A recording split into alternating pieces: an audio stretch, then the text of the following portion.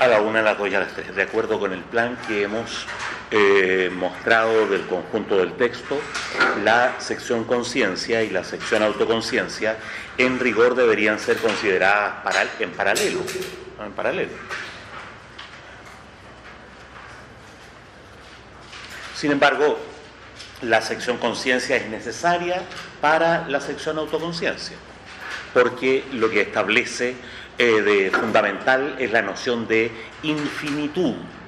Entonces, la sección conciencia termina con la infinitud teórica, la sección autoconciencia empieza con la infinitud en sentido práctico, con la infinitud viviente. ¿Sí? Voy a hacer una comparación sistemática entre la conciencia y la autoconciencia. Después voy a volver al tema de la autoconciencia para comparar cómo Hume, Kant y Hegel tratan la misma idea, el mismo asunto. ¿Sí?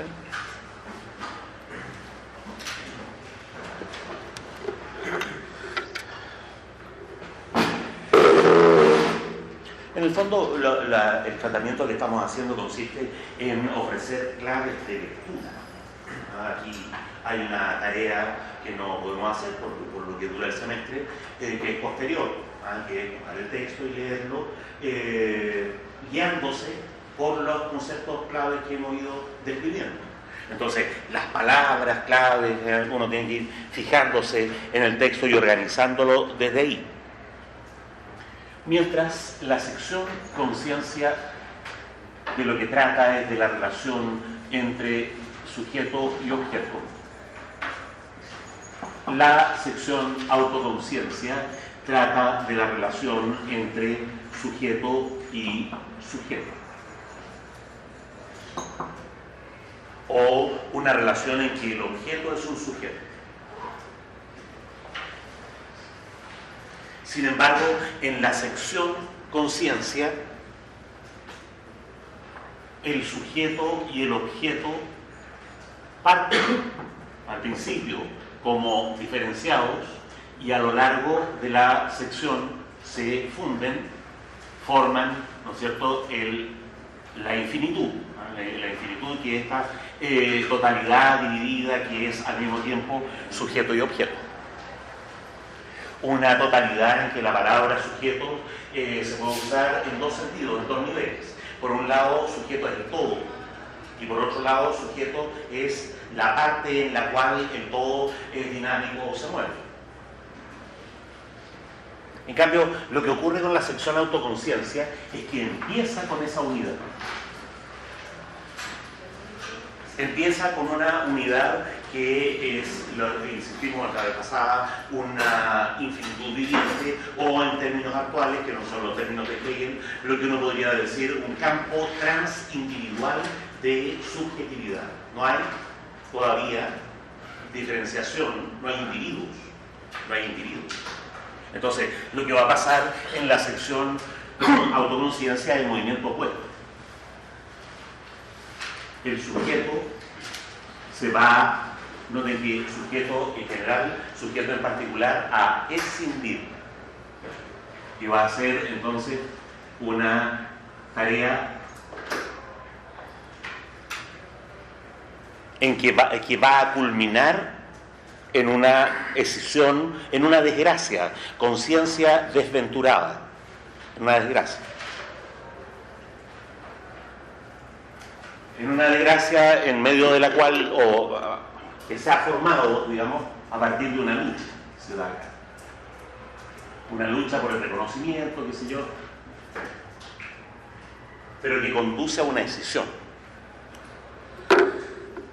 Uno podría creer que los términos de esa decisión son el amo, que no existe, el señorío, y el siervo, que no es un esclavo. Sin embargo, cuando uno mira un poco más en detalle, lo que pasa con la lucha es que la lucha culmina en el fracaso del señorío.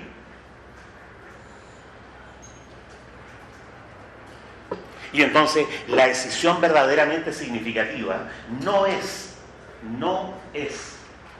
entre el señorío y la servidumbre, sino que es más bien al interior del cielo. Esa es la decisión significativa. Al interior, aquí esto se está, claro, está la lucha, ¿no? A partir de esa unidad indiferenciada. Noten que lo que hace que la infinitud viviente sea infinitud viviente es la apetencia. ¿Sí? La tensión a devorarlo todo, la tensión a ser el todo.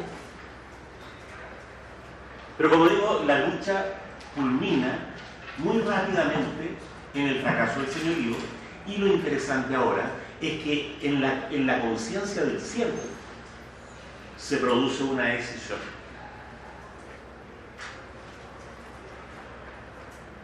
En la conciencia del cielo hay una lucha. Y esa lucha termina en una división. Pues termina en ese capítulo, digamos, en una división. En una división entre una conciencia que se experimenta a sí misma como la nada, como lo miserable, lo pobre, ¿no es cierto?, lo idiota, qué sé yo, lo precario, lo PPD, ¿sí? Y otro término que sería el todo, que sería realmente lo verdadero, y ese otro término es Dios. Sin embargo, un Dios que es producto, como dice Marx, es producto del suspiro de la criatura agobiada, es un reverso de ese sufrimiento, de esa precariedad, es un Dios supersticioso, un Dios que es producto de la superstición, un Dios que es mera reacción. No es el Dios real. El Dios real aparece en la fenomenología del espíritu muchísimo más adelante. Aquí Hegel está hablando del Dios de los católicos, que ya sabrán incluso los católicos, no es el Dios real. Y entonces la escisión significativa es esta. El cielo de los católicos, por supuesto, no el de los luteranos, que Hegel es luterano y no cree en esa idea, el cielo y la tierra, lo mundano y lo trascendente. Y frente al cielo, a lo trascendente, a lo puro, a lo bueno, a lo omnisciente, ese sujeto se experimenta a sí mismo como una desventura, como una desgracia. Todo, le cae todo lo malo, todo lo precario, todo lo pobre. Noten, por lo tanto, que en la sección autoconciencia hay dos momentos de opresión sobre la conciencia. Uno es la opresión del señorío, pero otro es la opresión interiorizada en el cielo.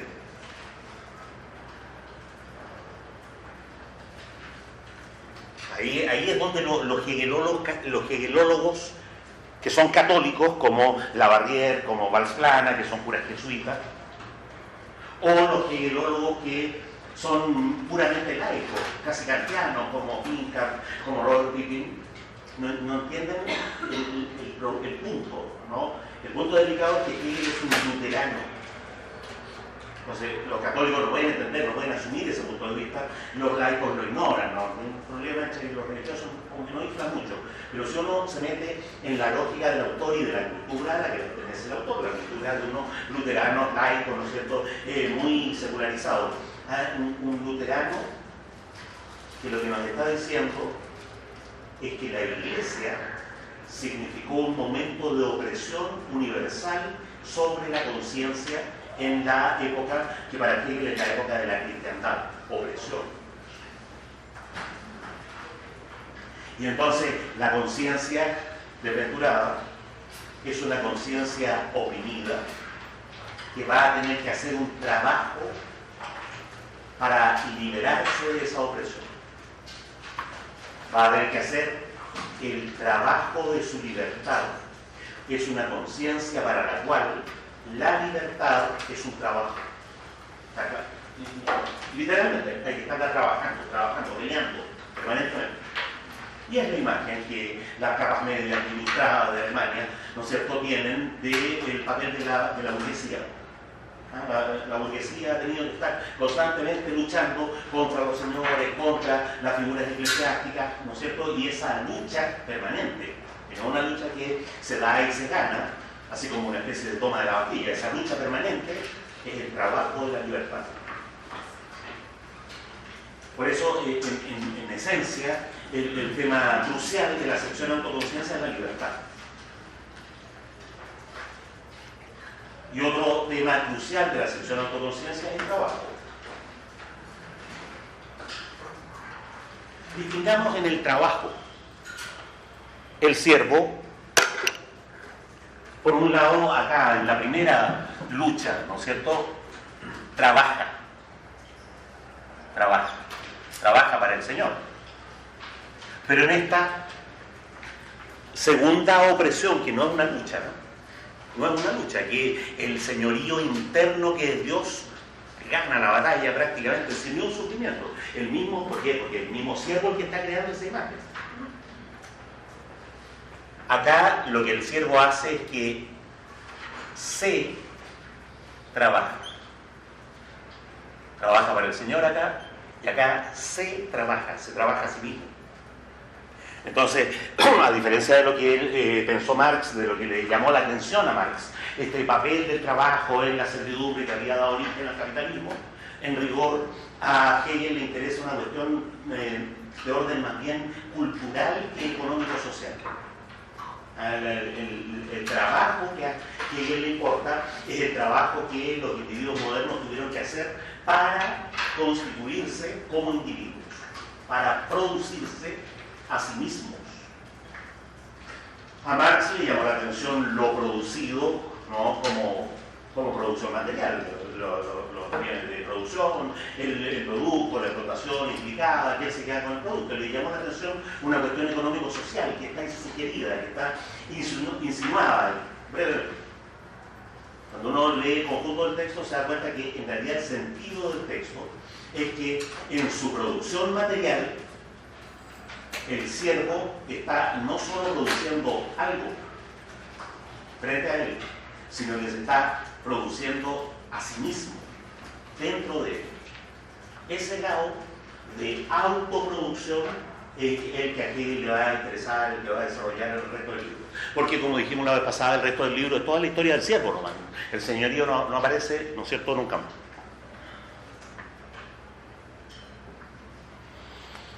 Los momentos de mediación en la relación del sujeto con el objeto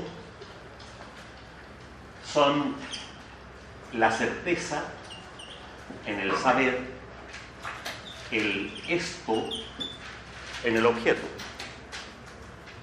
Pero enseguida, la certeza considerada ahora propiamente como saber, y el esto singular experimentado ahora como cosa.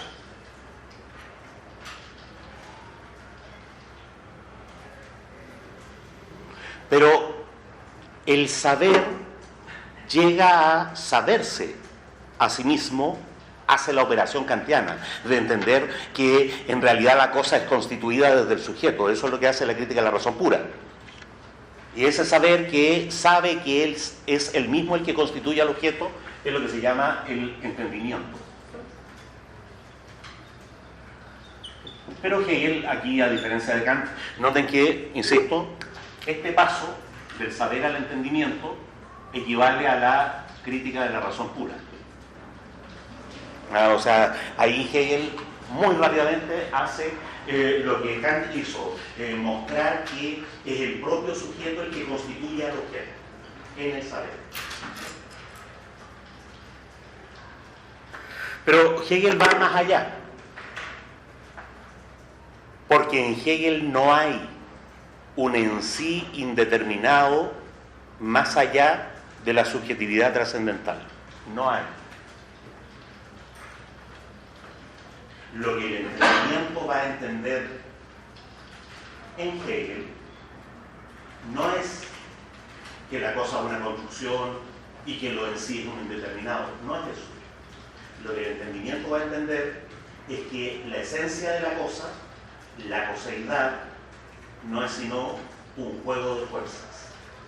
Ahí donde Kant deja lo puro en sí determinado como una interrogación, que él pone algo, ¿no?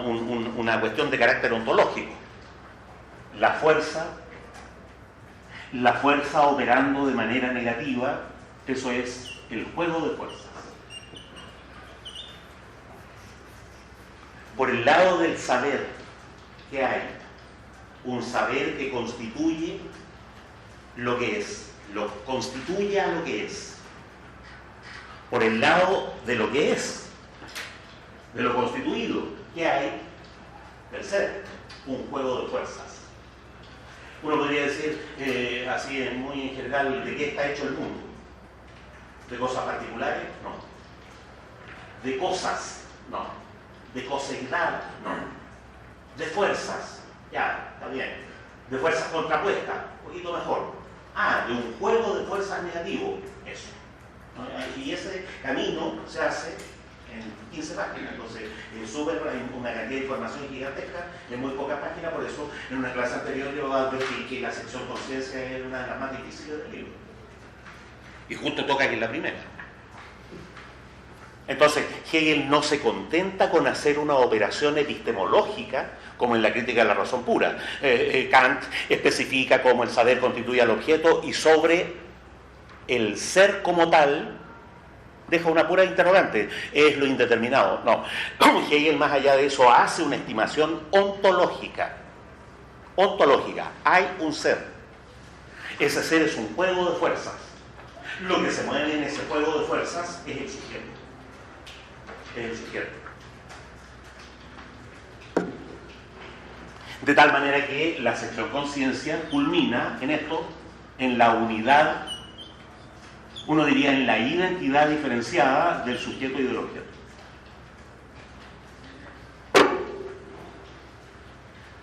Culmina, voy a decir una cuestión difícil, pero como ustedes saben harto y son aficionados a la filosofía, culmina en una ontologización del idealismo trascendental.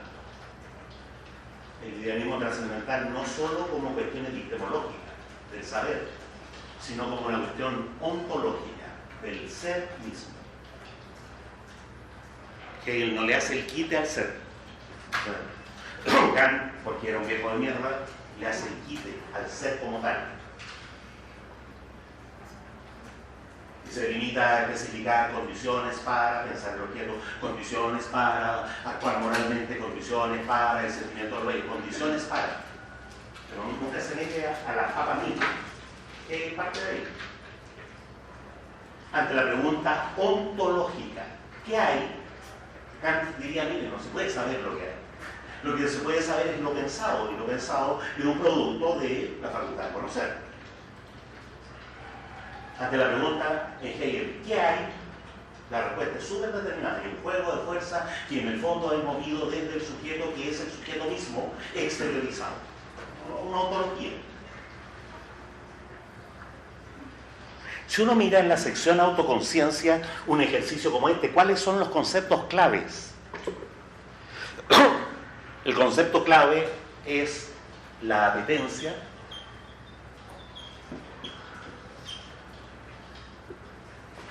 la lucha. Voy a poner una cosa aquí al lado, por eso estoy dejando un espacio, el pensamiento. Esos son los objetivos. La apetencia, la lucha, esos son los temas de esta sección. Entonces, ¿puede asimilarse o guardar una relación con la concepción del ser que tiene Heidegger en cuanto al ser formado a la realidad? Lo puedo decir en italiano. Hegel qua, Heidegger qui. Sí, o sea, Heidegger es como una especie de copia corta de las venas de la lógica de Hegel. sobre todo por la terapia, que empezaban a hacer hasta muertos. Pero Heidegger elude el tema ontológico o lo traduce solo a consideraciones de tipo existencial. La identidad del sujeto con el objeto es un punto de partida que a Heidegger le sirve para pensar en todo sujeto, no el mundo, porque el mundo es la exterioridad, la inautenticidad, ¿sí? Si no fuera por la sangre, la poesía, la vida, el mundo sería una especie de acumulación idiota de actos, ¿sí? Entonces Heidegger hay claramente un desequilibrio, por decirlo así, entre la filosofía del sujeto y lo que a él le interesa, ¿sí? La muerte, la desesperación, la soledad, la incomunicación, ¿sí? Y la filosofía del mundo. El mundo es el lugar donde el sujeto va a enajenarse, para no enfrentarse a sí mismo, para no enfrentar su soledad, su muerte, etc. ¿Sí? En cambio, Hegel es un tipo, porque es un conservador, extremadamente moderado, sensato, trata de hacer los equilibrios por todos lados. Y entonces la filosofía de Hegel es una filosofía del sujeto, muy dramática, muy trágica, ¿no? Pero el sujeto considerado como historia, no como individuo, y es al mismo tiempo una filosofía del mundo. Entonces a Hegel le interesa la filosofía de la naturaleza, le interesa la relación entre la mente y el cuerpo, le interesa de qué están hechos los átomos, qué sé yo, pertenecía al club de amigos de la química, ¿no es cierto? Cosa que Heidegger había encontrado de pronto una lata, ¿sí? Hegel es una especie de desorientado vocacional que quiere tener todos los hitos juntos, ¿sí? En ese sentido es que, en términos relativos, el intento de Heidegger es más pobre, más tristón, por decirlo así. ¿Se podría decir que es una exacerbación del ser en Heidegger? Del sujeto. Claro. Y bueno, pero además una exacerbación parcial, porque del sujeto hay ciertos aspectos que le llaman la atención: la muerte, la soledad, la angustia, el heroísmo, la poesía. Y hay otros aspectos que no le llaman mucho la atención: la familia, por ejemplo.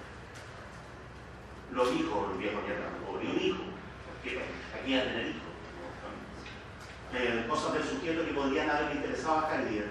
Los amigos. Heidegger no tuvo amigos, tuvo correligionarios en un partido fascista. No es lo mismo que tener amigos. No sé, la libertad. Entonces es una exacerbación del sujeto, pero con una mirada súper parcial. De nuevo ahí Hegel es todo. Le interesa la soledad, la muerte, ya, pero un pedacito. Y después por otro lado le interesa el heroísmo, la patria, los partidos, la república, la ley. Eso, a la larga, cuando pasen 500 años, si es que el presidente del mundo no se sienta en el botón y se acaban todos los seres humanos, Heidegger va a ser visto más bien como un maestro de vida, no como un filósofo. Maestro de vida: Buda, Confucio, Lao Tse, Epicuro, Maimónides, maestros de vida. Los filósofos son una clase de gente que son más bien razonadores, ¿sí? Organizadores del mundo, del saber, ¿no? Como maestro de vida, Heidegger le sirve a algunas personas, en particular las personas que tienen inquietudes por el orden, ¿sí? Como filósofo, mi opinión es que no le sirve absolutamente a nadie. ¿Sí? Es decirlo de manera más grave: como filósofo es un incompetente. Así es un incompetente. Ahora, noten que lo que acabo de decir es tremendamente impopular, porque el mundo académico está formalizado, tiene sus instituciones. Entonces, a ver, hagamos una pelea. En el ring está el profesor de física y Heidegger, el filósofo del siglo XX. Y entonces le dice: eres un incompetente. No se dan cuenta de una lucha desigual. ¿Sí? Pero bueno, mi opinión es que un filósofo no puede ser nazi. Eso lo muestra como algo. A lo mejor todas las cosas que dice Heidegger son verdaderas. No puede serlo. Estoy diciendo que es una incompetente filosofía, pero a lo mejor como maestro de vida deberíamos seguir a Heidegger y realmente reivindicar la autenticidad del mundo a través de la sangre y la vida, ¿no es cierto? Y de paso aprovechar de terminar a los negros que la que hay tantos negros, ¿no? Y además comen. que el planeta es como finito, entonces alguien tendrá que pagar el pago. Eso podría ser una alternativa. Noten que si hay guerra nuclear en más o menos la mitad de la humanidad, se va a poner heideggeriana al día siguiente. ¿Sí? ¿Por qué estamos esperando a Heidegger este curso de otra cosa? La apetencia, los momentos de la apetencia tienen que ver, por un lado, con la tensión interna constituyente y por otro lado, con la... Voy a poner la palabra que Hegel pone, la palabra que aparece en el texto es duplicación. Pero yo creo que hay que ver el alemán, qué sé yo, la traducción, que hay que entender eso como escisión. Duplicar es que se parte por la mitad, escindir es que no solo se parte, sino que además queda en conflicto las dos mitades. Eso es una escisión. Uno puede estar dividido entre, no sé si votar por Lagos o votar por Piñera. ¿Sí? Digo, Paulman. No sé si votar por Lagos o votar por Piñera, porque no da lo mismo, estoy dividido. ¿Sí? Pero no es lo mismo estar escindido. Es para mí un conflicto, ¿sí? Votar por Camila Vallejos de nuevo o votar por el último de los autonomistas, aunque no tenga ninguna posibilidad de ganar. Eso es una lucha porque uno está decidiendo entre dos cosas que podrían ser, etc. No es lo mismo estar dividido en opiniones que, se puede ejemplificar con los guasos quincheros. Los guasos quincheros tienen un notable poema donde a alguien le gustan, no se dice en el poema, pero uno se da cuenta que le gustan dos niñas. Entonces el tipo dice, 2 corazones quisiera tener, como las manos, los ojos, los pies. ¿Sí? Uno va a esto, el otro va a todo. Eso es estar escindido. ¿Sí? En el caso de la lucha, las claves, ¿no es cierto?, tienen que ver, por un lado, con el reconocimiento, la lucha que es necesaria para el reconocimiento y la sujeción que surge de esa lucha. Porque la lucha no termina en un empate, sino que termina en una situación desigual, una situación de opresión. Por eso esa sección se llama libertad y sujeción de la autoconciencia. Y en el pensamiento lo que está en juego es, por un lado, el trabajo, pero entendido como trabajarse, la obstinación, es eso, y por otro lado la libertad, porque a través del trabajo, ojo, cultural, interior, que sostendrá la libertad. Ese es el camino que va a sugerir la fenomenología del espíritu. Y eso se llama Bildung, la construcción, el hacerse. Y esa palabra Bildung se puede traducir por cultura, por formación. El tema es que toda esta dinámica fracasa.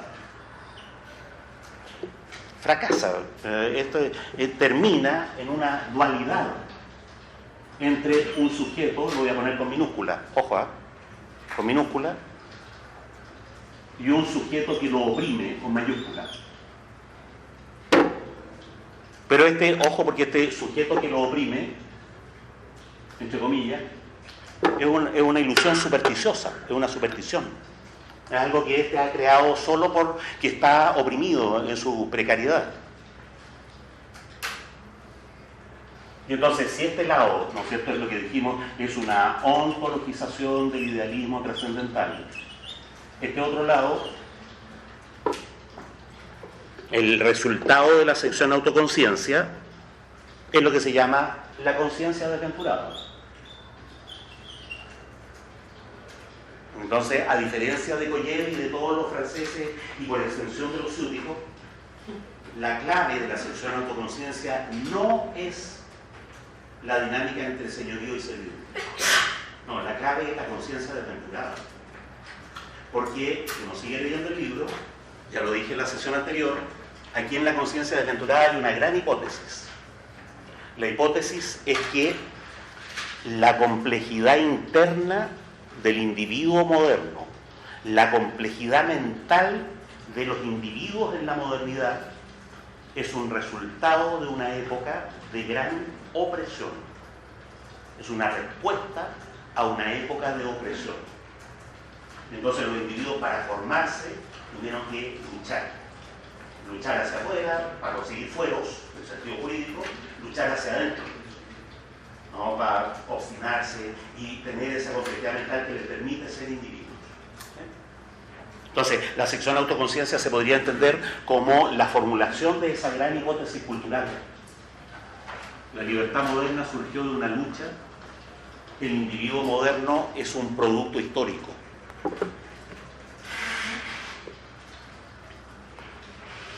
Uno podría ver estas figuras al revés, en el sentido hegeliano, por el lado negativo. El lado negativo que hace que la certeza se convierta en saber, que el saber se convierta en entendimiento, que la apetencia se convierta en lucha, que la lucha dé origen al pensamiento.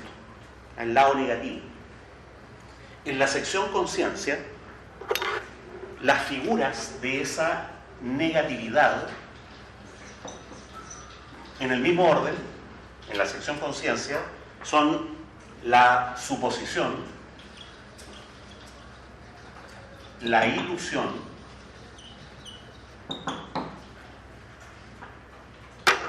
y la diferencia que hay, la diferencia superficial, errónea, ¿no? Que es lo que se va a criticar, la diferencia entre fenómeno e interior. En el fondo, la infinitud, esto aquí, voy a ponerlo en rojo, esto aquí se llama infinitud.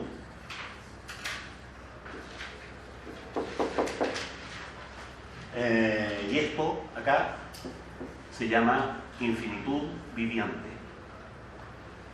Entonces, por eso el final de la sección conciencia pega con el inicio de la sección autoconciencia, a pesar de que por otro lado son paralelas. La infinitud está en la página 100, hay 4 páginas que son en ese capítulo, se llama literal, la infinitud es una crítica a la metáfora espacial fenómeno interior. Hay una metáfora espacial. Note que cuando nos referimos al saber, usamos metáforas espaciales. Acercarse a la verdad, en el fondo, más allá de las apariencias. Develar es quitar el velo. Método, que significa a lo largo del camino. Para el saber usamos pura metáfora espacial. ¿Sí? Como si la verdad estuviera en nuestro lado. Hegel hace una crítica radical de eso y se juega con una lógica en la cual la esencia está ya en el fenómeno. Voy a dibujar eso. Por un lado, la modernidad tiene esta idea: apariencia, esencia y el sujeto en un camino hacia. ¿Sí? Como que hay más allá de la apariencia, detrás del velo. Hegel critica esto y lo que ocurre en la lógica de Hegel, voy a ponerlo en 2 etapas, es que el sujeto está ante el fenómeno y en el fenómeno lo que se llama esencia es su propio movimiento. Es una máscara que no tiene el lado de atrás. ¿Ustedes se dan cuenta del punto? No tiene el lado de atrás. Porque todo lo que es constitutivo de su ser máscara se da en la superficie. No hay más allá, no hay en el fondo no hay develar. Todo lo verdadero ya ocurre aquí. No estamos frente a la verdad, estamos en la verdad. Entonces hay que especificarla. ¿Sí? Por eso dije que iba a hacer este dibujo, este segundo dibujo, en 2 partes. Porque la cuestión más enredada es que no estamos frente a eso, que es puro fenómeno, sino que estamos también en eso. Y lo que experimentamos como esencia es el movimiento en, todo junto, el sujeto, lo real. Si a la larga uno se pregunta, bueno, pero ¿qué es eso que se mueve? Ahí donde el sujeto y lo real coinciden. ¿Qué es eso que se mueve? lo que se mueve es el sujeto. El secreto de la dinamicidad de la objetividad es que la objetividad es sujeto. La objetividad de la naturaleza es sujeto. Y eso, claro, en la fenomenología queda dicho así como a 200 kilómetros por hora, uno se lo salta, no se da cuenta que eso es lo que está en juego, hasta que uno hace un largo trabajo posterior que es de la ciencia de la lógica. Y en la ciencia de la lógica, el primer libro es el ser, el segundo es la esencia y el tercero es el concepto. Y el tercer libro se llama Lógica Subjetiva. Subjetiva.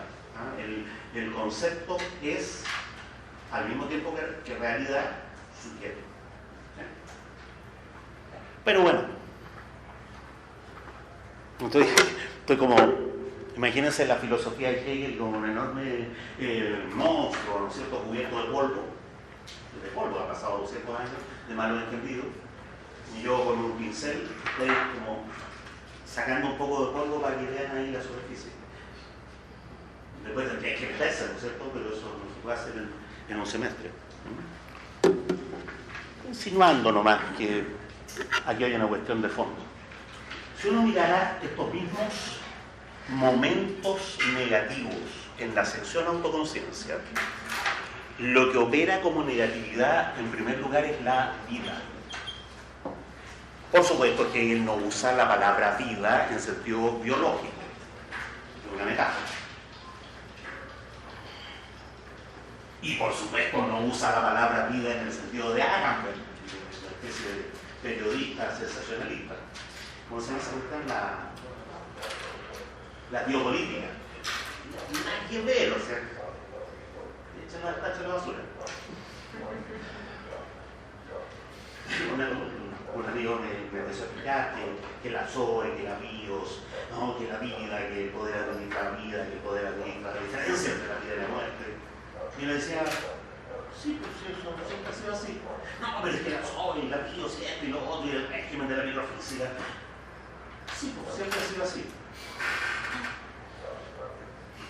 Al final terminé llegando a la conclusión de que era una pérdida de tiempo explicarle que todo eso era una pérdida de tiempo. La vida, pero la vida como metáfora de la dinamicidad de la infinitud.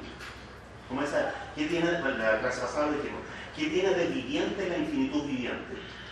¿Sí? Que es apetencia, ánimo de devorar. ¿Sí? Pero enseguida, lo que actúa desde luego como elemento negativo es el otro,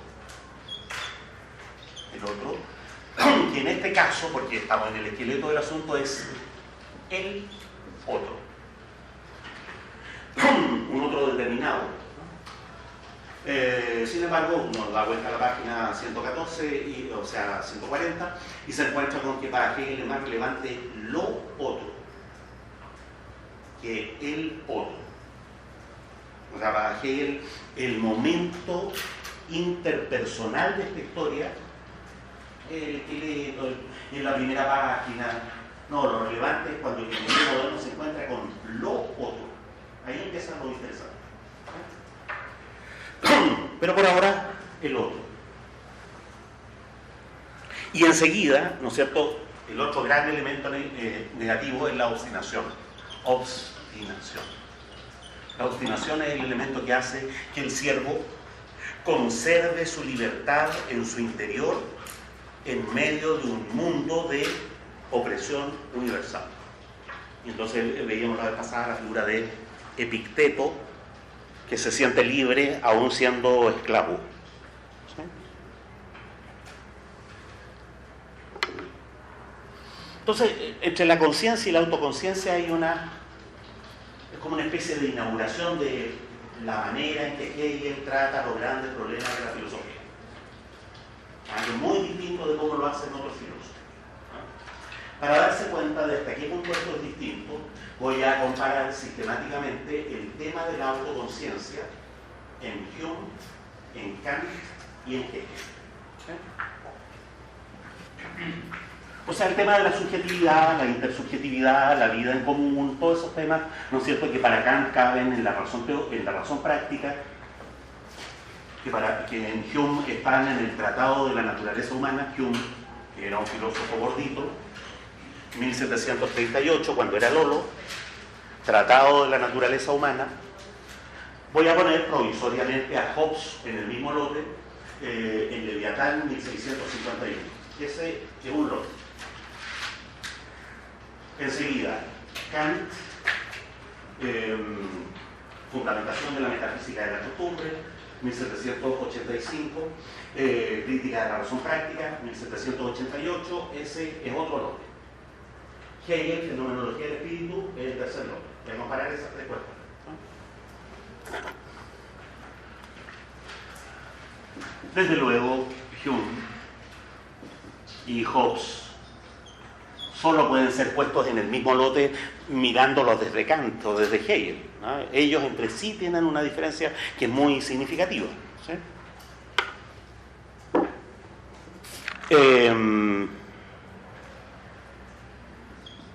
Kant, Gensis Kant,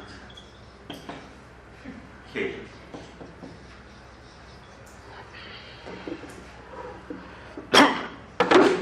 ¿Dónde está el fundamento de lo humano, de lo social, de lo intersubjetivo? ¿Dónde? Fíjense, una pregunta filosófica súper fundamental. ¿Dónde está el fundamento? Para Hume, para Hobbes, el fundamento está en algo que uno debería llamar naturaleza humana.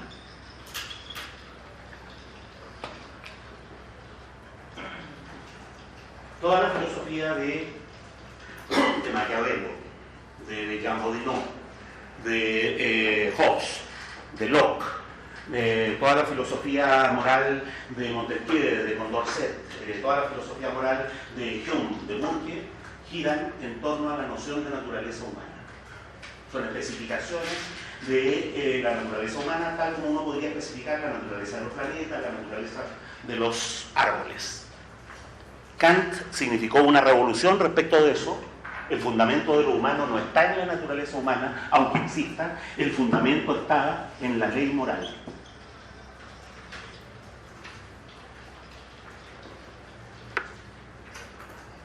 El fundamento, de a dónde surge toda la cuestión, del que haya ley moral. Pero, ojo, no del que haya, porque en Kant no es un asunto empírico. No, del que deba haber ley moral. Ese es el fundamento. Eso es lo que nos distingue como seres humanos de los animales, ¿no? La dignidad humana es su capacidad de discernimiento moral. Eso es lo que distingue a un ser humano. Entonces, el sujeto cartesiano, que es un alma puesta en un cuerpo, que es un alma cognitiva puesta en un cuerpo, es reemplazado por Kant por un sujeto moral. ¿Qué es lo que tiene, según Descartes, según Hobbes, según Hume? ¿Qué es lo que tiene el sujeto del sujeto? Intelecto. Eso es lo que tiene. En cambio, según Kant, ¿qué es lo que tiene el sujeto del sujeto? Discernimiento moral. Es una revolución. Es una revolución. Tiene intelecto, pero en rigor lo que lo hace humano, trascendente, es su capacidad de discernimiento moral.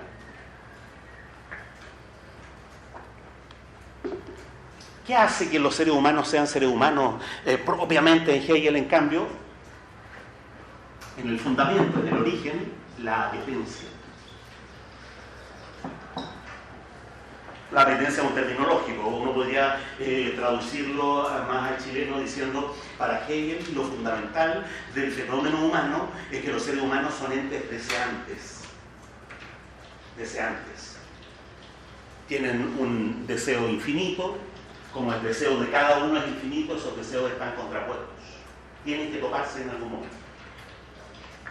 Es decir, el fundamento de lo humano, desde el punto de vista de Hobbes, de Hume, habría que encontrarlo en la naturaleza. Los seres humanos, claro, tienen intelecto, ¿no? Pero básicamente son entes naturales. entes naturales cuyo comportamiento se puede calcular a partir del conocimiento que tengamos de la naturaleza humana. Si son agresivos, si son pacíficos, ¿qué se puede esperar de ellos? En cambio, la gran revolución kantiana es que el fundamento de lo que tienen de humano los seres humanos es la libertad.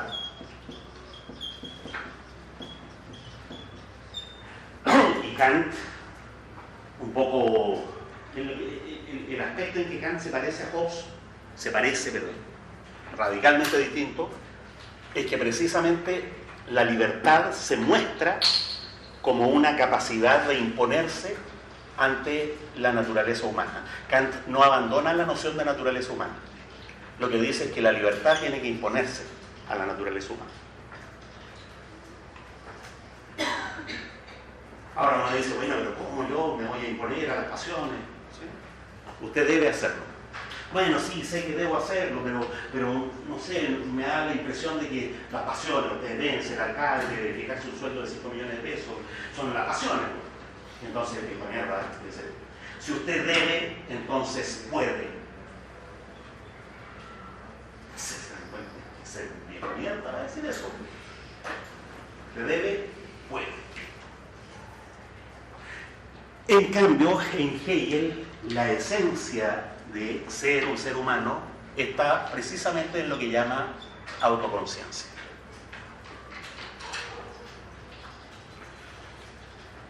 Veamos un poco la lógica de esto. Para Hume, para Hobbes, aquello que es el fundamento es algo dado.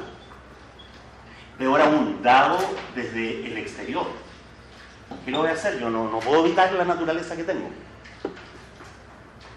Por suerte, para Hume esa naturaleza es sociable, pacífica, entonces yo no solo no puedo evitarlo, sino que no quiero evitarlo, es bueno darle curso. En cambio, Hobbes llegó a la conclusión contraria, sabe que esta cuestión es agresiva, entonces usted... Bueno, pero es exterior. Para Kant, curiosamente, lo que hace que los seres humanos sean seres humanos es algo dado también. Algo que los seres humanos no pueden evitar, que es su discernimiento moral. ¿Usted es un ser humano? Sí, soy un ser humano. Ah, entonces tiene discernimiento moral. No me venga con excusa.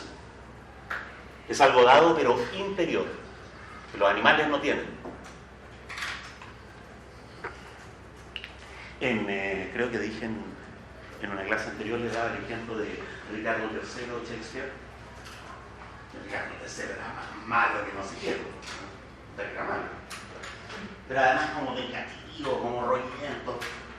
Y entonces no solo mata al tipo que él le tenía mala, porque era un tipo apuesto, qué sé yo, héroe de las masas, y tenía una polola súper bonita. Y entonces, como quería la polola, ¿no es cierto? Va, le hace la cama y lo mata. Y después va y trata de acostarse con la polola. Y la niña le dice, pero ¿cómo? No, eres tan cruel, no solo mataste, ¿no es cierto?, a mi adorado, sino que además quieres que sea tuya. Hasta la peor de las bestias tiene piedad. Y entonces Ricardo III le dice, sí, hasta la peor de las bestias tiene piedad, pero yo no soy una bestia, soy un ser humano. O sea, no tenía ni una piedad, porque era un ser humano. Claro, hasta la peor de las bestias tiene piedad, pero hasta el más trivial de los seres humanos tiene discernimiento moral. Y lo que Ricardo III está diciendo ahí, mire, yo puedo evitar ser malo, pero soy un ser humano y en este minuto quiero ser malo. ¿Por qué? Porque soy libre. ¿Se entiende? Entonces, ojo, cuando se pone la libertad como esencia del humano, hay que ponerle algún equilibrio, ¿no? ¿Será la pura libertad nomás?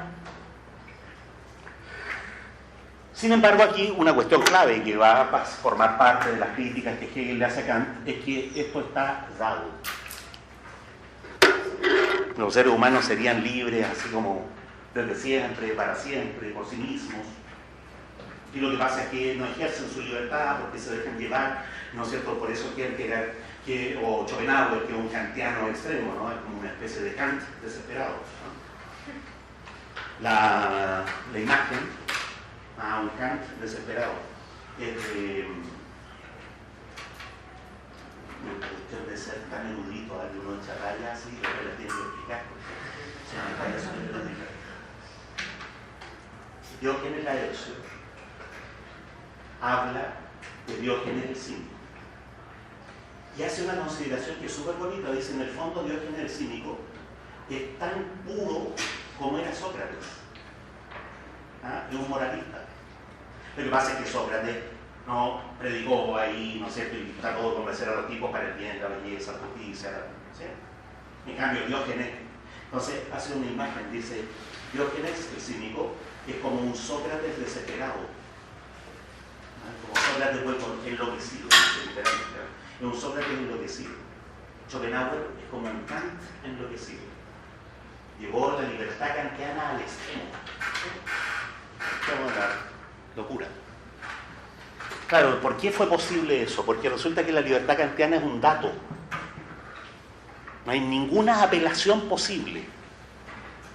Y entonces, desde un punto de vista kantiano, uno podría juzgar moralmente a Julio César, a Cleopatra, a Marco Antonio, en el Imperio Romano, digamos, o a Edipo, ¿no es cierto? Si usted tenía la más mínima sospecha de que era su mami, ¿cómo se fue a acostar con su mami?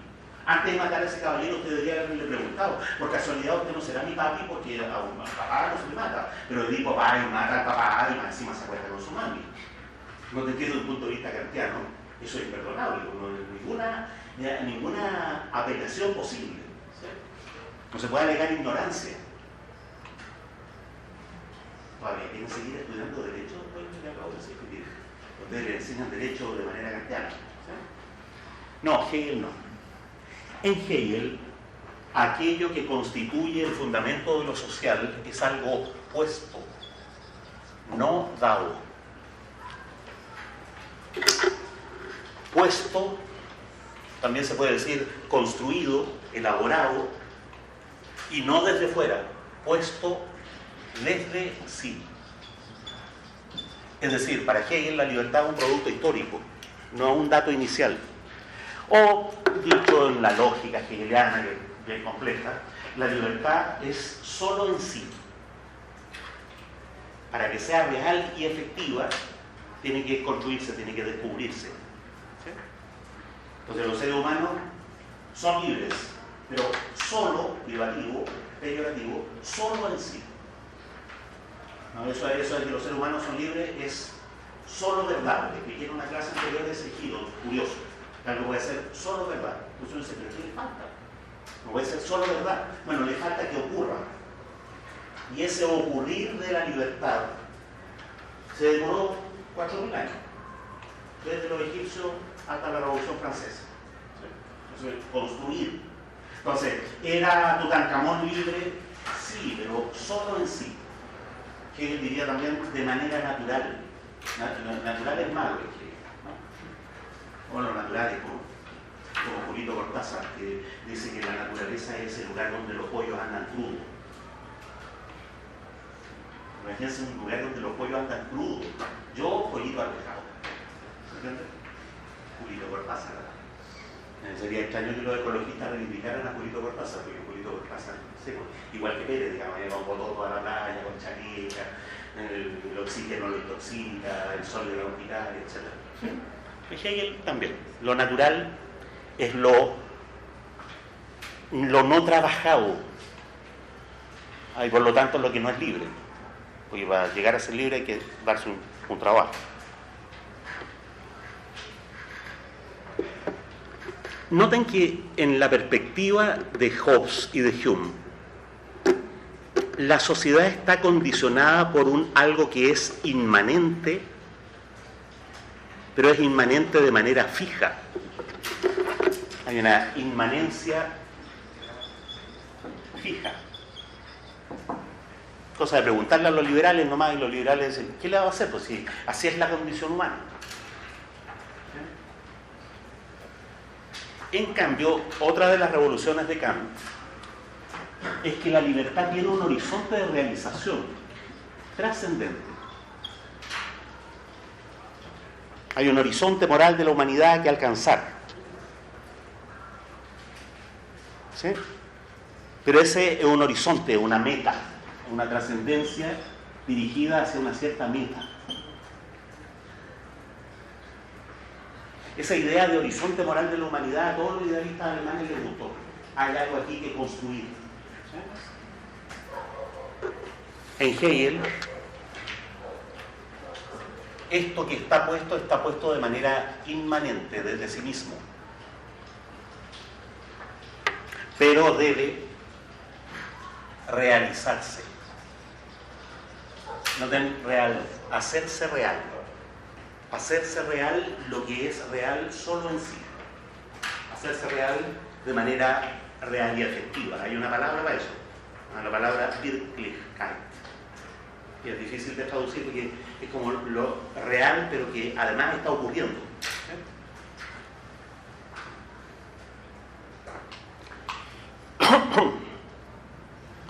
¿Qué hacer con las pasiones, entonces? Noten el tema de las pasiones, ¿no? ¿Ah? ¿Todos están escuchando lo que yo estoy escuchando o no? ¿Sí? Porque a veces uno no sabe. Bueno. Noten que en Hobbes y Hume las pasiones están determinadas desde el objeto. Desde el objeto que es el cuerpo. En cambio, en Kant, la ley se determina por sí misma, racionalmente, y la ley moral se impone a las pasiones. Kant no niega este asunto de que hay pasiones, y más encima dice que son agresivas, antisociales y todo eso, pero sostiene que el discernimiento moral nos debería capacitar para imponernos a las pasiones. En Hegel, en cambio, la ley moral se autodetermina históricamente. No en el sentido, no es esta ley moral absoluta, abstracta de Kant. ¿Sí? Pero es una ley moral, ojo, Hegel no es un relativista. No es un relativista, porque no es que cada pueblo tenga la moral que quiera. La humanidad como conjunto va avanzando, y si hay alguien que se queda atrasado, el criterio moral es el del más adelante. Sí, los talibanes no mandan a las mujeres al colegio. Y entonces uno, en nombre del relativismo, podría decir, bueno, allá ellos. Hegel diría, no, la vigencia de los derechos universales de las mujeres impera sobre la realidad cultural particular de un pueblo. Ahora, que los europeos son los que más han desarrollado eso, ¿qué le vamos a hacer? Pero los europeos son los que han llevado el horizonte, por lo menos en la pretensión, el horizonte moral de la humanidad más adelante, y entonces los pueblos particulares que no han llegado a ese criterio tienen que ser civilizados. Es interesante lo que opina respecto a Rigoberta Menchú. Rigoberta Menchú, Premio Nobel de la Paz, maya, mujer, ¿no es cierto?, torturada, las tiene todas, ¿no? Vayan minorías ahí que se juntan en ella, ¿no? Y ella dice, la vigencia universal de los derechos humanos debe imperar sobre las realidades particulares, culturales, que los niegan. ¿No? De que ella está precisamente defendiendo la diferencia maya, mujer, perseguido político, ¿sí? No, la vigencia universal de los derechos humanos. Es cierto que los blancos inventaron los derechos humanos para ellos nomás, no para los negros ni para los indios, pero los inventaron de manera universal. Y entonces los negros y los indios pueden reivindicar eso como suyo. ¿Entiendes? Entonces, ojo, porque ese es el punto de Hegel. La moralidad es histórica, pero no es relativa.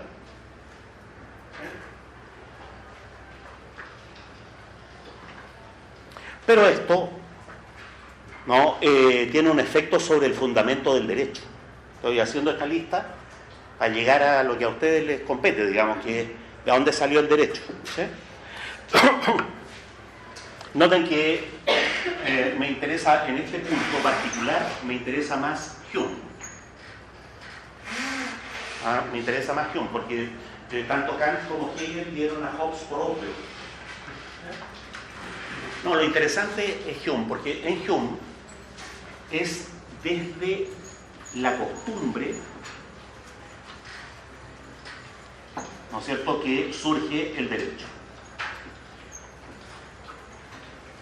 Desde la costumbre. La costumbre es sabia. Hume no es un historicista, ni es un tradicionalista.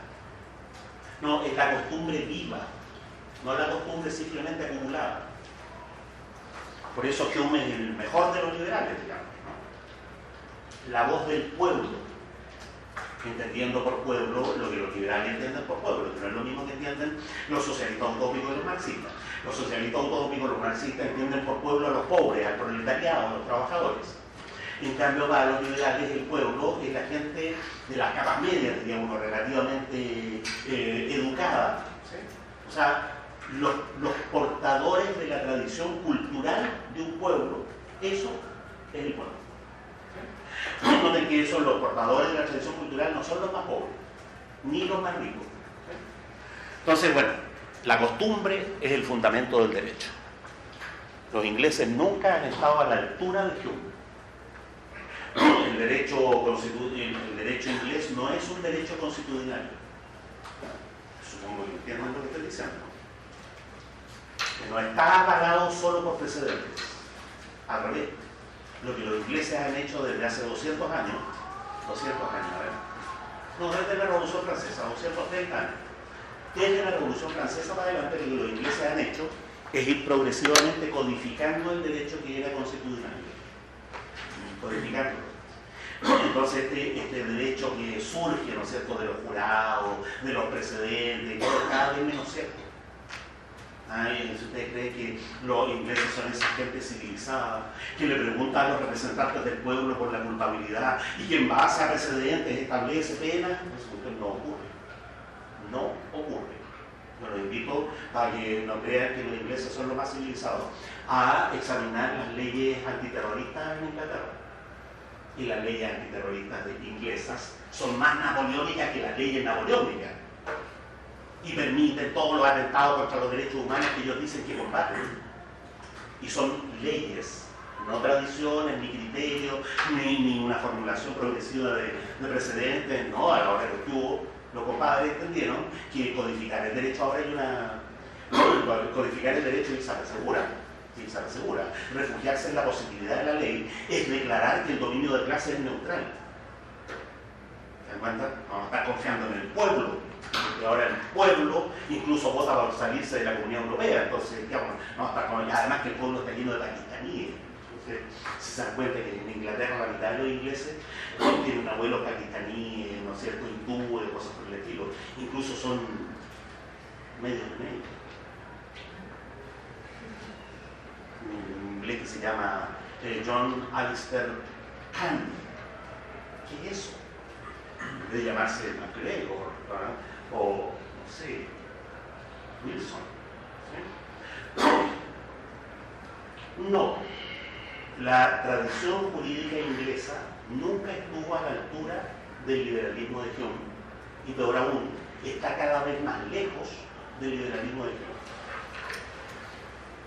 Si uno propusiera aquí en Chile medidas al estilo de Hume, ¿no?, la derecha daría un golpe de Estado al día siguiente. ¿Por qué? Porque al estilo de Hume sería, imagínense, cosas al estilo de Hume. Desagregar la justicia penal para acercarla lo más posible a los ciudadanos. De tal manera que el 99% de los problemas penales no lleguen a las Cortes Superiores, sino que los ciudadanos se pongan de acuerdo entre sí en las penas. Bueno, vamos a estar ahí, imagínense la lógica de la puerta giratoria, ¿no? Eso, lo contrario del liberalismo. Ya. Supongo que están entendiendo lo que estoy diciendo. Yo estoy hablando para estudiantes de Derecho que se sacaron buena nota. En cambio, en Kant, precisamente porque era un viejo de mierda, la ley está en contra de la costumbre. precisamente la fundamentación metafísica de las costumbres lo que busca es decir, mire, las costumbres son impuras, pasionales. Usted lo que tiene que hacer es actuar moralmente. Y la costumbre no es un pretexto para no actuar moralmente. Como la gente no actúa moralmente, entonces hay que asegurarse con leyes. De tal manera que el orden jurídico tiene que derivarse del orden moral, no de la tradición, no de la costumbre. Y esa derivación es una derivación racional. Por eso, en el fondo, los codificadores, sépanlo o no, son una consecuencia de Kant. Digo sépanlo o no porque son contemporáneos, no es que leyeran a Kant, pero hicieron la misma operación. Hicieron la misma ilusión, digamos, la misma pretensión, deducir racionalmente el orden jurídico del orden moral. Por supuesto no hicieron eso, porque no tramposos de mierda, no eran ni kantianos, no, ni caballeros ingleses, eran franceses nomás, no sé, chamullentos, católicos, hipócritas. Entonces cuando piensen, supongo que algún curso de historia del derecho se lo habrán explicado, cuando los tipos sacaron el código penal, procedimiento penal, código civil, procedimiento civil, ¿cuál era la idea? Borrón y cuenta nueva, se suprimen todos los códigos anteriores y hacemos un código que deriva directamente de la razón. Esa es la idea. ¿Qué fue lo que ocurrió? Lo que ocurrió no es que borraron todo lo anterior, sino que agarraron lo anterior y lo redactaron de manera que pareciera racional. Y entonces los códigos napoleónicos son prácticamente iguales a las leyes que habían antes. Lo que pasa es que las sancionaron con un discurso racional, no con una deducción racional. Y entonces, por eso no hubo golpe de Estado, porque los poderosos siguieron siendo poderosos y la ley que amparaba a los poderosos siguió amparando a los poderosos, que es la misma ley, ¿no? Lo que pasa es que la ley subió de estatus. Porque antes todos estos códigos que andaban rebatidos y eran regionales eran arbitrariedades del rey, que no eran. Pero bueno, así se reserva, eran arbitrariedades del rey. En cambio ahora han sido deducidos desde la razón. Y era mentira, metieron toda clase de excepciones, de chagullos, de quienes, no sé, el panal que se arrancó, ¿no es cierto?, el enjambre de abejas que se arrancó del panal del lado, ese tipo de chagullos particulares. Son arreglines que ya existían antes. Pero resulta que ahora quedaron en el código, ¿no es cierto?, civil, por una operación hipócrita, ¿no? Y eso tiene que ver con la crítica que hace Hegel a este procedimiento. Si usted trata de deducir el orden jurídico de la ley moral, primero, no lo va a hacer. Usted va a decir que lo hace, pero no lo va a hacer. Sino que lo que va a ocurrir en concreto es un ejercicio de hipocresía. De revestir con el nombre de la razón algo que es tan arbitrario como lo que existía antes. La única racionalidad de los códigos napoleónicos es que fueron escritos en nombre de la razón.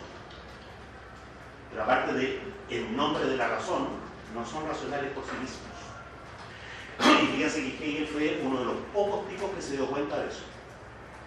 Se dio cuenta porque el código es de 1805, ¿no? Y Hegel se cumplió con el infinito en 1881. Tuvo tiempo ahí para pensarla. Y Hegel sabe que esta formalidad del derecho que se está imponiendo no tiene buen pronóstico. La formalidad del derecho, así como la están imponiendo, no va a reconciliar a la sociedad. Porque en el fondo usted está convirtiendo en formalidad del derecho las mismas arbitrariedades que habían antes. Hegel fue el único filósofo de su época, hasta bien avanzado, hasta el realismo jurídico del siglo XX, que se dio cuenta de esa cuestión, de que en la codificación del derecho había un ejercicio más bien de hipocresía que de racionalización. No, la ley no puede operar contra la costumbre, Lo que tiene que ocurrir, es que estoy usando la palabra ley en sentido jurídico, ¿no? Las leyes jurídicas. Lo que tiene que ocurrir es que la ley y la costumbre vayan convergiendo progresivamente a lo largo de la historia. La ley debe incorporar la sabiduría de la costumbre y debe elevar esa sabiduría natural para racionalizarla. Pero eso no se hace en un acto, eso se hace en un proceso. Si alguien pretende hacerlo así como de un día para otro, va a meter todos sus intereses.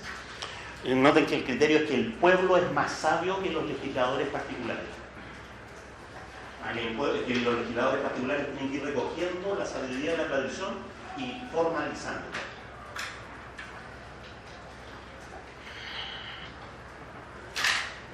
Ojo, porque existió un señor que se llamó Carl Savigny,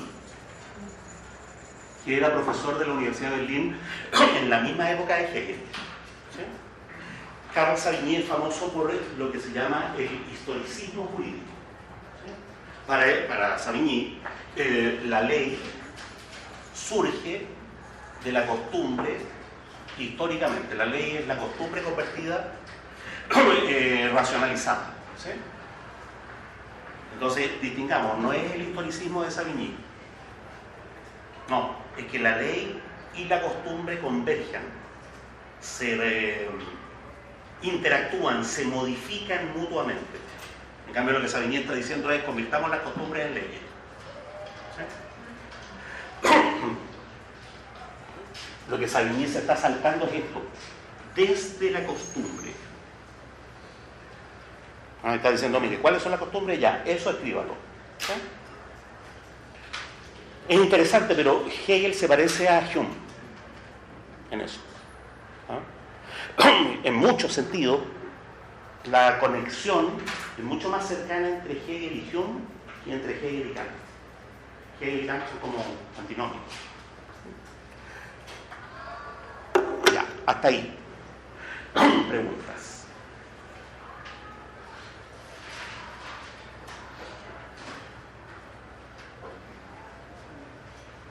Chuta, los convencí al tiro de todo. Tengo una pregunta un poco compleja, si quieres hacer como formar algo bien, pero me interesa saber cuál es la naturaleza ontológica, la naturaleza normativa de la teoría hegeliana. La naturaleza ontológica de la ciencia normativa, de la teoría que estudia el deber ser, la ética, la política, el derecho, la teoría de Hegel y versus la teoría kantiana. Y como eso, bueno, la idea de que puede haber ciencias normativas, saber verdadero sobre el orden moral, es de Kant. Kant no le puso ese nombre se lo pusieron los neokantianos. Hay unas cosas que se pueden llamar, ¿no es cierto?, ciencias normativas. Esa no es una idea de Hegel. En Hegel, la ciencia, la palabra ciencia no designa una tarea especializada que hacen unos determinados expertos por sobre el común. No, la ciencia surge de una especie de refinación de la sabiduría del pueblo. Es como el common sense de Hume, pero referido al espíritu del pueblo, no a los individuos. La razonabilidad de Hume es individuo por individuo. En Hegel hay algo así como la razonabilidad, pero el sujeto de esa razonabilidad es un pueblo. Entonces no hay ciencia normativa en el sentido de unos expertos que hacen el discernimiento de qué es lo verdadero en el orden moral. Hay ciencia en el sentido de que el orden moral puede especificarse a sí mismo observando sabiamente, razonablemente, lo que un pueblo ha construido como su identidad. Hay que estar atento a eso porque lo que la gente ha ido produciendo como su identidad no es al lote, no es porque sí, tiene una sabiduría. Y lo que el pensador puede hacer es recoger esa sabiduría, darle forma, qué sé yo, ponerla por escrito, pero estar cerca de eso. Esa es esa pregunta. ¿Sabes que se lo pregunto? Sí. Me da un poco de conflicto, por ejemplo, en cómo Marx entiende el derecho y cómo se puede esa crítica que hace Marx al derecho podría darse desde Hegel. Yo creo que esas preguntas surgen de un hoyo gigantesco que hay en la formación de los estudiantes de Derecho. En el primer curso de Derecho a uno le deberían explicar si existe el positivismo jurídico, el de un naturalismo laico, no el de locura, y el realismo jurídico. Si a uno le explicaran bien eso, uno se enteraría de que Marx es un realista jurídico. considera el fenómeno jurídico desde la realidad de la operación jurídica, de la realidad, no desde la teoría, no desde la positividad de la ley, o, bueno, si uno dice en rigor, desde la operación positiva, la de hecho, ¿sí? La que echa ya el juez, los intereses contrapuestos de los demandantes, esa es la realidad del derecho, ¿sí? Las clases sociales, etc. Ahora, Hegel es un realista jurídico en el sentido de que el acto jurídico es más relevante que el texto jurídico. Es más relevante. ¿Sí? Los textos solo tienen sentido si están respaldados por tradiciones, por costumbres, por un hacer concreto. Entonces, el código solo es formulable cuando hay un hacer concreto que está expresado ahí. Entonces, en Hegel hay un equilibrio entre eso, la realidad del derecho y el código. En Marx, lo único real es la realidad del derecho y el código es pura ideología. Por eso que el marxista dice que la codificación que hicieron los franceses es pura hipocresía. Yo soy marxista. Hegel no estaría de acuerdo conmigo. Hegel diría algo así como, bueno, pero igual, hay algo de sabiduría rescatable en eso. ¿Sí?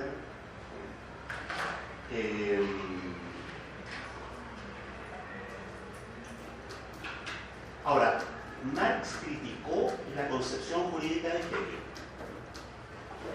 Mi opinión es que no hay textos suficientes para entender esa crítica. Hay una buena idea en esa crítica, ¿no? El derecho establecido es el derecho de la clase dominante. ¿Sí? No queda para nada claro que Hegel defiende el derecho de la clase dominante.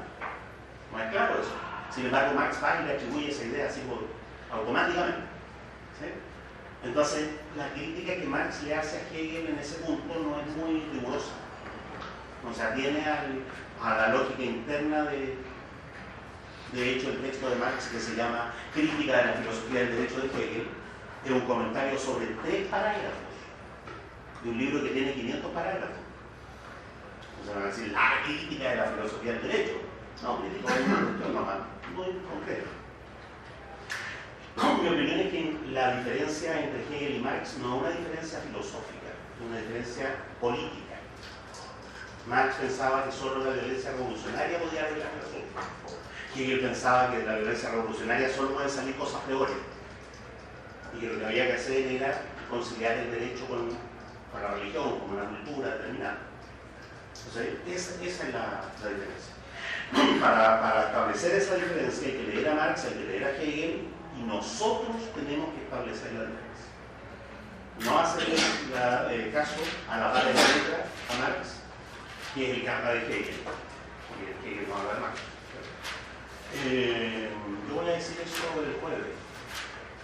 El jueves en la Biblioteca de Santiago hay un encuentro de marxismo del siglo XXI. Invitaron a todos los marxistas de Chile, que son como 5. Y aún siendo 5, invitaron solo a 4. Yo presenté una ponencia como buen alumno y me la aceptaron ellos, me dijeron chuta, me invitaron a ver. Y en la ponencia voy a hacer una diferencia entre el marxismo académico y el marxismo político. Entiendo por marxistas académicos, ¿no es cierto?, adechavetados como, no sé, Laclau, Zizek, Judith Butler, ¿no es cierto?, acá en Chile Miguel Valderrama, Italia, que usan el marxismo de una manera academicista. Y ahí voy a decir, en cambio, el marxismo político consistiría, y ahí voy a decir cosas como esa. El marxismo político lo tenemos que inventar nosotros. El marxismo académico es puro parafraseo de los textos que, curiosamente, es como que fueran sagrados, así como, bajo la hipótesis de que Marx no se equivocaba nunca. Entonces, si dice una cuestión, tiene que ser esa, lo dijo Marx.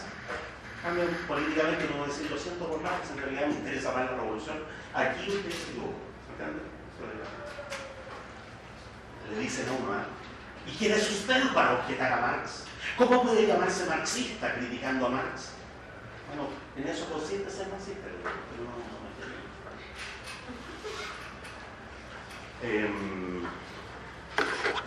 Igual durante el recreo se les pueden ocurrir más preguntas, hagamos un alto y lo que voy a hacer es insistir en la sección autoconciencia y después compararla con la razón activa en la segunda hora. Hagamos un alto y ya volvemos.